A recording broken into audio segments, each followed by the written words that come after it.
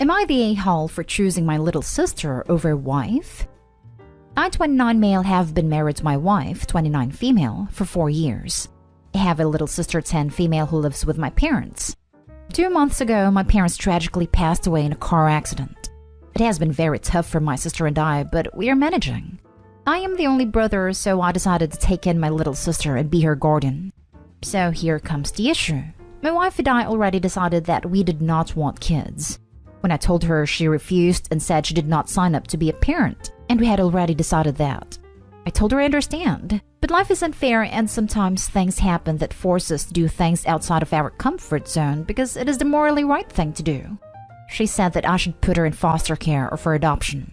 I shut down that completely and told her the brother is still alive, so that's not happening. We continued talking about this several times, but she would not change her mind. So I finally told her I am doing it whether she agrees or not. She can either accept this situation or we divorce. And if she decided to go the separation route, I understand, because I am the one who broke the agreement about kids. She started crying and said that she chooses the second option. My in-laws called me after my wife went back to their house, and they started berating me about how I am an a-hole and bad husband, and that a good husband will always choose his wife first. I did not reply until they said that their daughter's tears are more valuable than my sister. That got me pissed, so I told them to go F themselves and hung up the phone. So Reddit, am I the a-hole for divorcing my wife to adopt my sister? Now for the top comments. At first, I was going with no a-holes here, but seriously, your wife suggesting you put your sister up for adoption or into foster care is just... I don't have the words. It's one thing to not want kids. It's another to be that heartless. It's great that you're taking your sister in, and I'm sure you'll find someone a lot better than your soon-to-be ex. Not the a-hole. Took the words out of my mouth, 100%. Seriously, the level of sheer selfishness and lack of empathy in that statement is absolutely mind-boggling. No one really signs up for this sort of thing. You just have to make the best you can of a horrible situation. I could not imagine being able to continue respecting a spouse who said something like that and stood behind it. I hope he was actually far more tactful than I think I would have been able to be, and I am also a child-free person by choice. Not stay home. I don't want kids either, but when it comes to the family we have already, I would never stop my significant other from helping his sisters. One of them is living with us right now because her dad hit her. It isn't what I wanted. I am super introverted, but she is family, and I was immediately ready to take her in. We all hope someone will be there for us if something awful happens. Your parents died, and she is telling you to put your sister in foster care? That is callous and horrible to me. Life is what it is. We can't have everything we want, and we do not abandon family. I hope this isn't real because it makes me so sad. Yes, take care for your sister. Exactly. It's not like he is taking in some random child. This is his family, not the same as having a child. Sure, he will have to raise her, but it's nowhere near the same as having your own child. His wife freaking sucks. No a-holes here. It's unfortunate that your wife will not cave, but also her right to choose to be childless. Good on you to step in for your sister. It sounds like it will be beneficial for both of you at this terrible time. I am so sorry for your loss. She can go into foster care or be put up for adoption. I hope his soon-to-be ex-wife is a huge one for saying that. Next story. Am I the a-hole for revoking my husband's access to my bank account? My husband and I have been married for 3 years. We have 2 separate bank accounts, but both of us know the information of each other's bank account. My husband is working a good job, gets a lot of money. I'm currently in pregnancy leave, but I also have a good job as an optometrist. I also have lots of savings in my bank account. Recently, I found out my husband got money out of my bank account, around $3,000 to lend to his brother. His brother has a job, but refuses to spend his own money and expects his mom and dad to provide for him while he spends money on games and stuff like that. Apparently, my brother-in-law owed some people $3,000, and despite the fact he had that amount in his own bank account, he asked my husband for money. My husband not only gave him money, but got my own savings from my own bank account without asking me first. When I found out, I confronted my husband. Then I went to his parents and brother and complained about me confronting him. My in-laws called me, and said I'm an entitled a-hole to make such a big deal over $3,000 since my parents are rich, and that amount is insignificant to me. They said their son needs it to pay off some loans, and I'm the a-hole for making my husband feel bad for helping out his brother. I revoked my husband's access to my bank account, and now he's saying I'm the a-hole and taking it too far instead of trying to resolve this another way. Am I the a-hole? Your husband has shown two major marriage-risking behaviors.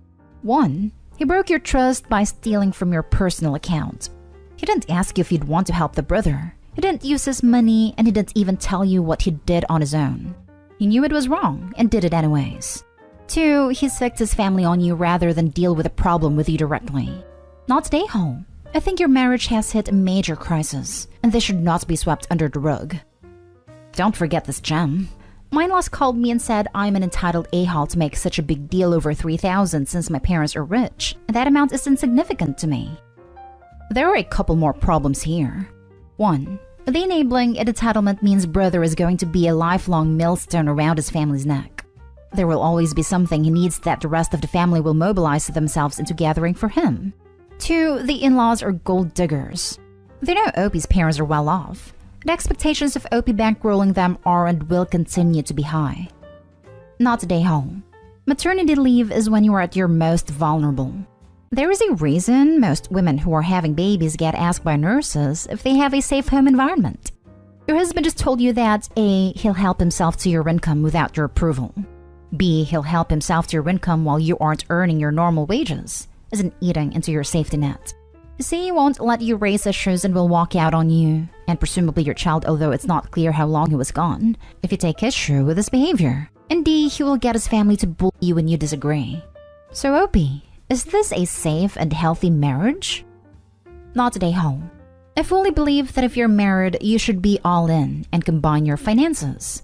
However, part of that is making sure you are both on board with big layouts. What's big might be different from couple to couple. Like, I wouldn't consider $100 a big amount, but a couple living from paycheck to paycheck probably would. But I think $3,000 would qualify unless you're multi-millionaires. So he used a large chunk of money without you both agreeing, and for what I consider a stupid purpose since brother-in-law just didn't want to use his own money. He took the money from Opie's savings account. It wasn't his money to lend. Next story is titled, Am I the a-hole for fighting to gain my handicap-accessible house from my ex and her disabled daughter? I, 32 male, recently divorced my ex, 33 female, due to our coffee preferences. Despite having a solid marriage contract about property and finances, the court outright ignored it and awarded my family home to my ex. It's a 5-bedroom house, and I lived and maintained that, and I had modified for my then stepdaughter 16, who has a walking disability. Sure, I can afford to buy and build a house if I so desired, but I got that house from my father, who got it from his father. My parents are not alive, and I am an only child, so the house holds a sentimental value. Well, I lawyered up, fought in the superior court and won. And now ex and her daughter have to leave because they cannot afford the legal fees. And I am not willing to go into any settlement now that I know the kind of person I was up against. Problem is, my friends, extended family, and people who know about our family situation. They are calling me the bad guy for putting the daughter in a bad situation. Yes, our country does suck at making places accessible, and my house was the one comfortable place she could be at. I could give that house and make a new one or buy one. But because of the sentimental value attached to the house, I was unwilling. They doubled down that I offered no financial assistance to my spouse out of obligation for being a man. They're all giving moral arguments instead of legal ones, and I for one do not see myself at fault. Now the ex is uploading videos of her daughter on how terrible a place she has to live in. Now that I stole my house, I feel conflicted. Edit. The coffee preference is a joke about how I do not like male genitals in my coffee. That is cheating. Not the a-hole. It's your house. It belongs in your family. You did it up for your ex-stepdaughter, which was already an amazing thing you did. But they're not a part of your family anymore, and you have no obligation to help. As heartless as people may find that statement, it's true. Anyone who calls you an a-hole is welcome to help pay to do up your ex's new house to make it more accessible for their daughter. Morally and legally, it's your house. It's a family home passed down by your parents, not your ex's parents. It's legally and morally your home. Even the appellate courts agreed that the lower courts erred in their initial judgment. Also, on the moral side, if he was in a good relationship with a stepdaughter, I could maybe encourage him to think about dropping some financial help to make their new place more accessible. If I divorced and loved my ex-stepkid erased for years, I would, but not on these conditions. The ex-stepdaughter sided with her mother to try and steal his house. She is participating in the online slandering. This is no good. She clearly doesn't care the slightest about Opie, and so I think it's better they all just part ways.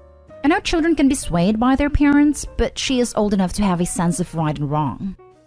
You guys were only married for a few years. Not stay home. They had no reasonable expectation to keep the house when it's been in your family for generations, and you guys were together for a short time. I would suggest that maybe you could provide some money that could go directly to building ramps and such for the daughter in the place they're in now. You don't have to outfit the whole place, but maybe help make some modifications. Yes, I was thinking this. I don't think Opie's the a-hole, but from what I read I didn't see any opinions or bad attitude from the daughter and is innocent in this. Could be wrong. If you have any feelings for her being your stepdaughter, it could mean a lot to her. She may be feeling bad, ashamed and like an inconvenience because she may think this is all her fault. Her disability is causing what is probably a nightmare for her. It's you. It's totally you. Hopefully your moneyed feelings for your house are there for you when no one else wants to be. You admit you could afford to just buy another house, which leads me to ask, why didn't you do that and charge your ex rent? You both would have won, and you would have a clear conscience in your twilight years. But you didn't. Ex aside, you essentially left a disabled person in the snow. Why should Opie spend money to buy a new house and let someone who cheated on him and lied in court live in one he already had? Also, if it did that, it will probably ended with the ex making more claims to the house. Now for the last story. Am I the a-hole for telling my brother that his recent breakup was his fault? Despite having a good job, my brother is cheap. A few years ago, he bought a fixer-upper for a reduced price. It was a complete mess, but he moved in and said he would fix it up himself. The house needs more than a few repairs and some paint, and my brother has no renovation experience or skills. The house has no basement stairs.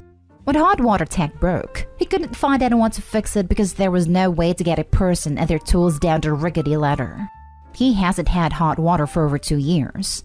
None of the rooms have doors. The kitchen has no sink. Only one room is painted, and it looks like a 5-year-old did it, and the attic isn't sealed. He uses rainwater to shower and wash his clothes. He has an outhouse in his yard. The house has a functional shower and toilet, but even if he had hot water, he doesn't want to run up his bill. He reuses floss and whatever food he doesn't grow himself. He gets from dumpsters outside restaurants or from the dollar store when it close to expired. His wardrobe is falling apart because he won't buy new clothing. He refuses to have an air conditioner, and we have many days when it's over 100 degrees and his house gets unbearable. He was engaged, but I don't think she realized the extent until they moved in together. She didn't want a huge white wedding, but my brother wanted to barter to get the license fee paid, and didn't want to spend anything on the wedding. His plan was to have a friend get ordained, and get married in his yard in clothes they already had and not feed anyone. Just send them home after the vows. No photos besides cell phones once taken by the guests. He wouldn't even entertain the idea of having a barbecue because he said it was too expensive. For her birthday, he got her dad flowers he stole from a funeral home, and takeout he got from a dumpster. They only lived together for 3 months before she left. Our parents say it isn't his fault, and his girlfriend wanted material things instead of loving him like he is, and they are blaming her. When he complained to me, he expected me to agree. I said it's not materialistic to want to use electricity instead of flashlights, or use an indoor bathroom or eat food that wasn't from a dumpster. I also said it was insulting to expect people to come to your wedding and act as unpaid photographers, not even feed them. I said the breakup was his fault, not hers. Now he's not talking to me, and our parents expect me to apologize for upsetting him. I refuse to apologize because I believe he is wrong and they are enabling him. I don't think there is anything wrong with being frugal, but my brother is on a different planet. My parents won't stop insisting I'm wrong for mistreating my brother. Should I have just agreed when he complained about the breakup? Tell me, was I wrong for giving an honest opinion? Not stay home. It sounds like your brother has some mental health issues. Nope, there are people like this. Look up extreme cheapskates. If you are in the US, it used to come on TLC. Dumpster divers, eating others' leftovers out of the fridge, begging others for their scraps at restaurants, cooking in the dishwasher, using the pool to wash dishes/clothes or the kids, using tuna cat food instead of tuna for human consumption. There are also come cheapskates on live free or die. They live off the grid primarily in the lower US states. They barter, forge, and live on the fringes. Opie's brother is one of these folks. Yes, it is his fault. He needs to be upfront and honest with any future partner. It's not materialistic to want hot water inside plumbing and electricity. It's not the 1850s frontier. Not stay home. Even living like he is, he's still golden. Tell mom and dad to move in with him since they support him so much. His ex must have really wanted to get married to stay as long as she did. Not stay home.